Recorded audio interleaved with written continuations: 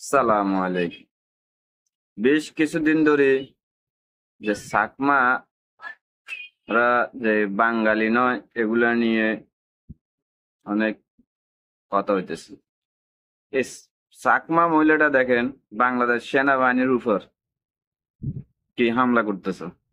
বাংলাদেশ সেনাবাহিনী খুবই ধৈর্যের পরিচয় দিতেছে, যে লাঠি নিয়ে সেনাবাহিনীর উপরে হামলা করতেছে, তারপরও সেনাবাহিনী অনেক ধৈর্যের পরিচয় দিতেছে। সেনাবাহিনীর হাতে হলো অস্ত্র, যদি সেনাবাহিনী ফায়ার করে এই উপজাতি 15-20 জন 30 জন মহিলা এক মিনিটের ভিতরে লাশ পড়ে যাবে।